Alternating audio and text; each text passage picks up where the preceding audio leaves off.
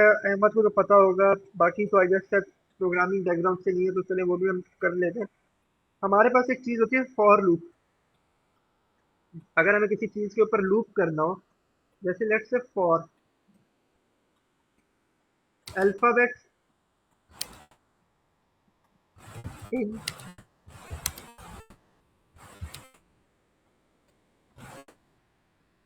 पहले मैं ये कोड रन करके दिखाऊंगा, उसके बाद मैं एक्सप्लेन करूंगा, क्योंकि फॉर लूप इसी तरह से ज्यादा अच्छा समझ में आ जाता है। तो हम फिर क्या करेंगे, प्रिंट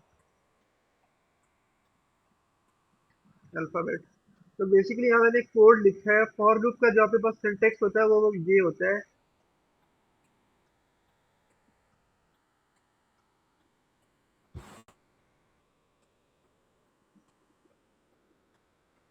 आपके पास फॉर लूप का एक कॉन्सेप्ट होता है कि फॉर वेरिएबल। अब यहाँ पे जो वेरिएबल है वो आप अपनी मर्जी से दे सकते हैं। मैंने कुछ भी दे सकता है, इन कोई ना कोई आइट्रेबल, कोई भी ऐसी चीज जिसके ऊपर आप आइट्रेट कर सकते हैं, जिसके ऊपर आप लूप कर सकते हो। कॉलन, जब भी आप कॉलन देंगे तो आपको आइडेंटिफिकेशन भी देनी पड़ेगी। जैसे कि हमने इफ एल्स में भी देखा था, यहाँ पे भी आप आइडेंटिफिकेशन देते हैं। तो बेसिकली पहले आपका इंटरप्रेटर ये नहीं लाइन रन करेगा, उसके बाद यहाँ पे जो भी कोड होगा वो रन करेगा। और यहाँ पर आपकी कोई ना कोई स्टेटमेंट हो सकती है, कोई ना कोई कोड हो सकता है, जो भी हो। ये आपके पास सिंटेक्स होता है। तो यहाँ पर अब मैं अगर इसको रन करूँ तो उसने क्या करा। अब आप देखिए कि उसने क्या किया। उसने इस स्ट्रिंग के ऊपर जो हमारे पास यहाँ पे नाम था उसके ऊपर आइट्रेट किया। सबसे पहले उसने जेड प्रिंट किया, फिर उसने क्या प्रिंट किया, ए प्रिंट किया, फिर उसने क्या प्रिंट किया, आई किया, एंड देन एन। तो यहाँ पर बेसिकली हुआ क्या, मैंने फॉर लिखा, देन वेरिएबल, अल्फाबेट क्या एक वेरिएबल है जो मैंने खुद बनाया, और ये टेम्परेरी वेरिएबल है, ये कहीं स्टोर नहीं होता। फॉर वेरिएबल इन आइट्रेबल, आइट्रेबल उस चीज को कहते हैं जिसके ऊपर आप लूप कर सकते हो। तो यहाँ पर मैंने लूप किया इस पूरे स्ट्रिंग के ऊपर, और मैंने एक एक करेक्टर को प्रिंट करवाना चाहा। मैं चाहता था पहले मैं जेड प्रिंट करवाऊं, फिर ए प्रिंट करवाऊं, फिर आई, देन एन। ठीक हो गया। अब यहाँ पर यूजुअली प्रोग्रामिंग लैंग्वेज में आप आई यूज करते हैं फॉर आई इन, एंड जो भी चीज पे आपको लूप करवाना हो। so let's say for I in then, and then I would print I। अब यहाँ पर होगा क्या, ये जो जैन है ये पूरा इसका जो डेटा है वो एक एक करके आई के पास आता जाएगा। तो सबसे पहले जो चीज होगी वो इसके पास आएगी। तो सबसे पहले जेड है तो आई के पास क्या आएगा, जेड आएगा। तो जब मैं ये प्रिंट एग्जीक्यूट करूँ तो सबसे पहले क्या प्रिंट होना चाहिए, जेड। फिर आई के पास क्या आएगा, ए आएगा, फिर आई, एंड देन एन। तो इस तरह से करके एक एक चीज आई के पास आएगी, एंड देन वो प्रिंट हो रहा है यहाँ पर इस तरह से। तो ये हमारे पास एक कॉन्सेप्ट होता है। अब मैं इसकी एक और एग्जांपल दिखाता हूँ जहाँ पर ये कॉमनली यूज होता है। हमने लिस्ट पढ़ी थी, तो अगर हम फॉर आई इन कोई भी लिस्ट हो हमारे पास जिसके ऊपर मुझे प्रिंट करवाना हो, फ्रूट, स्नैक्स एंड मिल्क।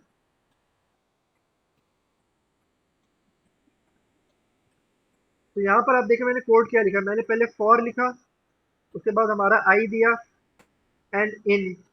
तो ये इन से क्या होगा, ये इस लिस्ट के ऊपर, ये पूरी एक लिस्ट है, इसके ऊपर लूप करेगा। लूप करने से क्या मुराद है, सबसे पहले वो आई क्या बनेगा, फ्रूट होगा। ये जो चीज होगी ये इसके अंदर आएगी, पहला आइटम इसके अंदर आएगा।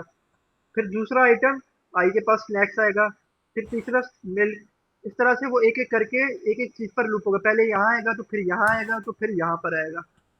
और मैं इसको प्रिंट करवाना चाहता हूँ इस हर एक आइटम को, जो प्रिंट है। अब यहाँ पर आप देखें कि सबसे पहले उसने क्या प्रिंट किया, फ्रूट प्रिंट किया। देन उसने क्या प्रिंट किया, स्नैक्स प्रिंट किया।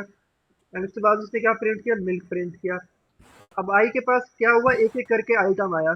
अगर मैं पूरी लिस्ट प्रिंट करवाता तो क्या होता, वो एक ही लाइन में आता। बट लूप से क्या हुआ, एक एक करके उसके पास एक एक चीज आई। इसका भी यूजफुल हम आगे जाके मजीद देखेंगे। पहले आप यहाँ बताएं, यहाँ तक किसी को कोई इशू। तो ये हमारे पास कॉन्सेप्ट है लूप का। अब इसकी और भी एग्जांपल्स हो सकती है, मैं देख लूँ क्या मैं और क्या चीजें पढ़नी है हमारे पास। बात ठीक है, और नेसेसरी रेंज भी है।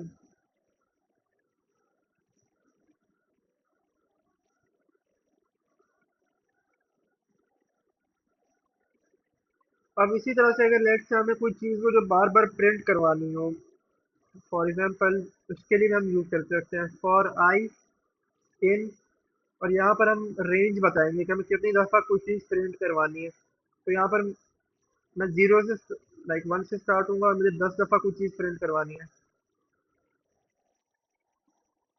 तो for I in range 1 to 10, यानी आप एक चीज़ को एक से लेकर 10 दफ़ा, मतलब 10 दफ़ा तक आप यहाँ पर वन बिगिनिंग वैल्यू देंगे और यहाँ पर फिर एंड वैल्यू देंगे। तो फॉर आई इन रेंज 1 से लेकर 10, और मैं क्या प्रिंट करवाना चाहता हूँ, मुझे प्रिंट करवाना है एक ही चीज़ प्रिंट करवानी है। लेट से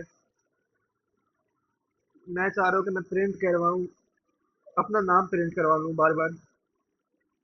तो अब आप देख सकते हैं उसने क्या किया, उसने 10 दफ़ा एक ही चीज़ को प्रिंट किया। तो रेंज का जो फंक्शन है, रेंज बेसिकली हमारे पास यहाँ पे क्या एक फंक्शन है, तो आप इसके ऊपर भी आइटरेट कर सकते हैं।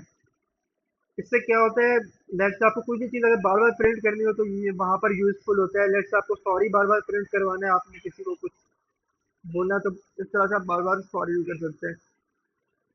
तो ये हमारे पास रेंज का यूज केस होता है। रेंज से बेसिकली आपको होता ये है कि आप सीक्वेंस बताते हैं, आप कितनी दफ़ा एक चीज़ को आइटरेट करना चाहते हैं। तो आपने बोला मैं 10 दफ़ा ये काम करना चाहता हूँ, तो उसने क्या किया, 10 दफ़ा आपके कोड को रन कर दिया।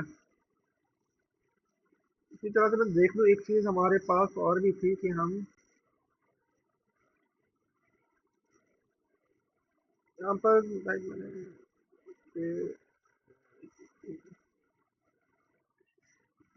और इसी तरह से लेट्स से अगर हमें कभी टेबल प्रिंट करवाना हो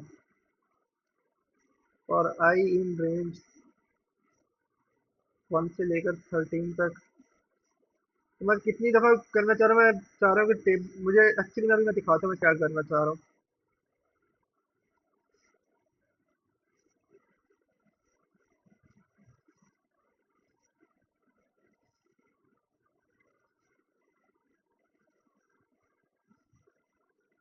मैं चाह रहा हूँ मैं 5 का टेबल प्रिंट करवाऊँ।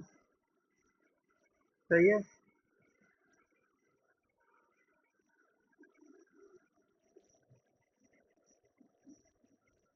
एक मिनट रुक जाए, एक मिनट रुक जाए, एक मिनट रुक जाए। हाँ जी, एक्चुअली सही है। तो लेट्स हमारे पास कोई भी नंबर है, उसको मैं बार बार प्रिंट करवाऊंगा, ठीक है, and then I would just okay, and I हमारे पास होगा रेंज में। सही है। तो आई पहले क्या होगा, 1 होगा, फिर 2 होगा, फिर क्या होगा, 3 होगा, 4 5 6 इस तरह से। तो बार बार आई के पास वो वैल्यू जाएगी। यहाँ पर रेंज जब आप देते हैं तो उससे मैंने बताया था क्या होता है, आप सीक्वेंस दे रहे होते हैं। तो आपके पास सीक्वेंस ऑफ नंबर्स है 1 से लेकर 12 तक होगा। अब मैंने यहाँ पर एंड वैल्यू 13 दी है, पर एंड वैल्यू इंक्लूड नहीं होती। तो ये 12 दफ़ा आइट्रेट करेगा और हर दफ़ा आई के पास एक वैल्यू आएगी। तो पहली दफ़ा आई क्या होगा, 1 होगा, फिर क्या होगा, 2, फिर 3, फिर 4, इस तरह से होगा। और मैं यहाँ पर करूँ तो हमारे पास n मल्टीप्लाई बाय आई। मैं अभी प्रिंट करके दिखाता हूँ, उसके बाद फिर मैं समझाता हूँ कि यहाँ पे क्या हुआ। अच्छा, मैंने वेरिएबल्स दिए ही नहीं। आप कोई नंबर बताएं जिसका आपको टेबल जानना हो। लेट्स से मुझे 5 के बारे में जानना है, 5 का टेबल प्रिंट करवाना है। तो अब देखिए यहाँ पर हुआ क्या। सबसे पहले तो मैंने एक वेरिएबल बनाया n, मैंने एक नंबर दिया 5। इसके बाद फिर मैं यहाँ पे आया, मैंने for I in range 1 to 13, तो आई की वैल्यू एक एक करके ये सारी आएंगी कि पहले आई 1 होगा, फिर 2 होगा, फिर 3 होगा, फिर 4 होगा, एंड सो ऑन। इस तरह से वो आई सीक्वेंस पर होगा, एक सीक्वेंस ऑफ नंबर है उस पर आइटरेट कर रहा है। फिर यहाँ पर प्रिंट की फंक्शन आया, एंड देन ये मैंने एक चीज़ लिखी है। ये वाली चीज़ मैंने आपको पहली क्लास में पढ़ाई थी, तो जिसने पहली क्लास ली होगी तो उसे स्ट्रिंग के बारे में पता होगा। अब एन के हमारे पास वेरिएबल है, तो यहाँ पर 5 होगा, और आप देख सकते हैं ये हर दफ़ा 5 ही रहेगा क्योंकि एन चेंज नहीं हो रहा। मल्टीप्लाई बाय आई, अब आई क्या है, वो चेंज होगा 1 से 2 3 4। और यहाँ पे भी आप देख सकते हैं पहले वो 1 था, फिर 2 था, फिर 3 था। सही है। एंड इक्वल टू, और उसके बाद फिर यहाँ पर मैंने इन दोनों को मल्टीप्लाई करवा दिया। तो पहले 5 1 ज़र 5, देन 5 2 ज़र 10, देन 5 3 ज़र 15, 5 4 ज़र 20। ये इस तरह से आपका टेबल प्रिंट हो गया। एनीवन जिसको कोई क्वेश्चन पूछना हो यहाँ तक।